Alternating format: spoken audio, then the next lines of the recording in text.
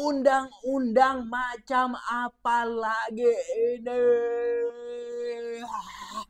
Nah, kalau jadi koruptor di Konoha ini kayaknya emang bahaya banget ya, positive people.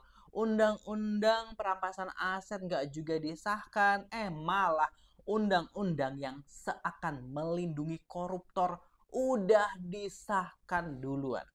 Jangankan ngejar koruptor sampai Antartika. Ketika koruptornya udah di depan mata, nggak bisa ditangkap gara-gara ada undang-undang yang menghalanginya. Ini memang agak lain ya, positive people.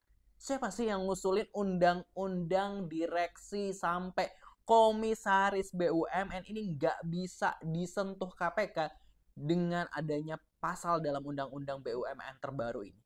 Nah, ada undang-undang BUMN yang baru disahkan di mana ada poin begini nih, bikin nyesek. Dalam Undang-Undang BUMN yang ditetapkan pada 24 Februari 2025 disebutkan dalam pasal 3X ayat 1 bahwa organ dan pegawai badan bukan merupakan penyelenggara negara. Kemudian pada pasal 9G disebutkan bahwa anggota direksi, Dewan Komisaris, dan Dewan Pengawas BUMN bukan merupakan penyelenggara negara. UU nomor 1 tahun 2025 ini merupakan peraturan perundang-undangan yang baru ditetapkan dan berlaku sejak 24 Februari 2025.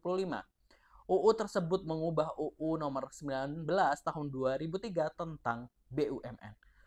Sementara ini tentu kontradiktif dengan fungsi KPK.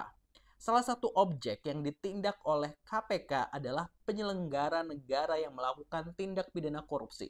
Pasal 11 ayat 1 Undang-Undang 19 tahun 2019 tentang Komisi Pemberantasan Tindak Pidana Korupsi menyebut KPK berwenang melakukan penyelidikan, penyidikan, dan penuntutan terhadap tindak pidana korupsi yang melibatkan aparat penegak hukum hingga penyelenggara negara dan merugikan negara paling sedikit 1 miliar.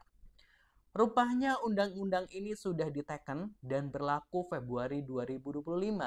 Dan ini pastinya menjadi penghalangnya. Kan orang-orang yang di BUMN itu nggak disebut sebagai penyelenggara negara lagi. Nah ini nggak ketahuan siapa yang punya barang merubah poin di Undang-Undang BUMN yang baru itu. Terkait orang BUMN tidak termasuk sebagai penyelenggara negara. Sehingga jika terjadi korupsi di BUMN yang nggak bisa ditangkap oleh KPK, astagfirullah. Ini memang agak bingung. Disebutkan jika pegawai BUMN itu bukan termasuk penyelenggara negara, tapi kita semua tahu jika kita semua ini nggak bodoh ya. Kalau BUMN itu kepanjangan dari badan usaha milik negara. Milik apa? Negara. Artinya aset apapun yang dikelola ya itu punya negara. Pertanggungjawabannya kepada negara dan rakyat. Mereka bikin usaha dimodalin rakyat. Giliran ada yang nilep duit rakyat, nggak bisa disentuh. Aduh, jadi peluang korupsi nggak sih? Bingung ini konsepnya gimana ya. Jadi misal ada korupsi BBM Pertamina dengan bikin BBM oplosan, nggak bisa terus tuh hukum sama sekali. Terus kalau misalkan duit yang kita simpan di bank BUMN, digondol orang BUMN, kita harus nuntut kemana? KPK nggak bisa menyelidikinya. Ngeri kan? Ngeri nggak sih? Lalu Danantara yang ada BUMN di dalamnya, gimana nasibnya? Katanya duitnya banyak terkumpul di sana juga. Nggak bisa dibayangkan ya. Kenapa bisa sampai begini? Bikin sedih banget.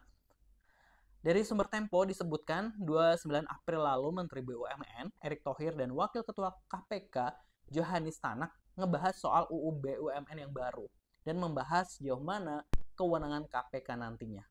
Kabarnya KPK hingga Kejagung saat ini masih mempelajari terkait Undang-Undang BUMN. Baik-baiklah hidup di negeri kaya raya nan cerah ini ya, positive people.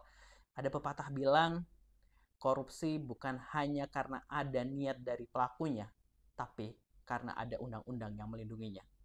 Kalau menurut positive people gimana? Jangan lupa subscribe. Terima kasih. Wassalamualaikum.